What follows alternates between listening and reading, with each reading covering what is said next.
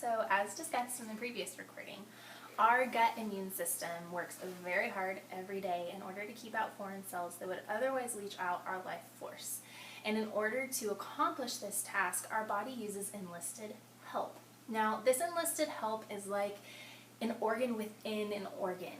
This enlisted help is what is microflora, or what I like to call our gut flora. And when I speak of our gut flora, this is what I'm talking about. It is good bacteria living within our gut, and we need them. I know it sounds kind of gross to have a million bugs living in your body, but they are symbiotes, which means that they work for our good, we work for their good. It is a mutual appreciation society, and we could live without this good gut flora, the good bugs, but you don't want to. You definitely don't want to. They benefit way too much. They help us in many ways, but for the sake and the time of this class, I won't go too deep into it. I just want to explain that we need our symbiotic friends just as much as they need us. However, there is a war for space in this little home that we provide our friendly flora, and whatever army you feed best will triumph, naturally.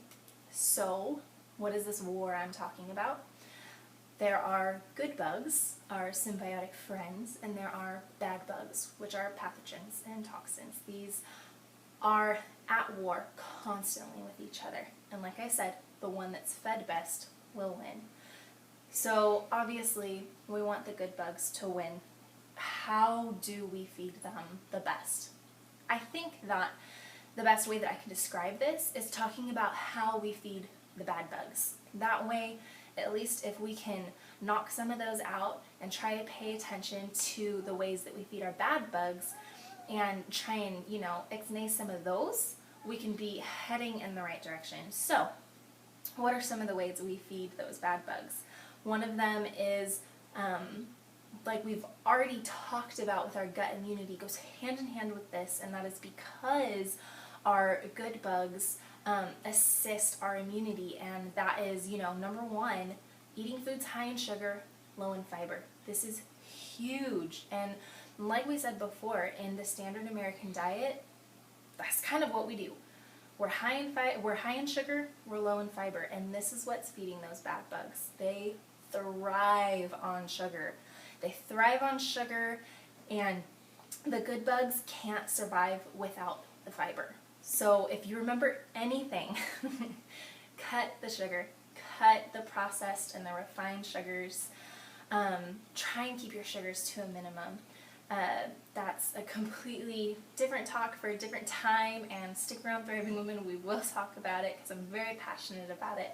But that is one way that we can make sure that we're not feeding those bad bugs. It's by making sure that we're low in those sugars, we're high in the fibers. Another good thing is, like we've already talked about, the quality of our food. The quality of our food is either, the quality of or the lack of quality is either going to feed the good bugs or the bad bugs. So just keep that in mind. As well as too many antibiotics. Too many antibiotics are going to kill the good bugs. They're going to kill them all. Antibiotics don't measure, is this a pathogen, is this a symbiote, is this a helpful bug, or is this a harmful bug? It just kills them all. So if you're killing all of your good bugs and you're not redepositing them back into your body, guess what? You're only going to have the bad bugs, because the bad bugs, they come in just flocks. So those are some really good ways. Another one, I don't want to miss this one, I almost forgot, not enough exercise. And if I can be real with you guys, this is probably the number one thing that I struggle with. I'm an active person, I'm an active mommy, and sometimes I feel like that's enough. And I don't challenge myself. And that is one way that we can create an environment for the bad bugs and not feed the good bugs. So I hope this talk was interesting for some of you. I hope that you learned something. Our gut flora is very important for our health, and we want to make sure that we're giving the good bugs a good environment. So try and limit your antibiotics, try and limit your sugars, make sure that you're getting enough fibers, and probiotics. And someone else is going to be teaching a little bit on the probiotics, and so I'm not going to go too in depth in that.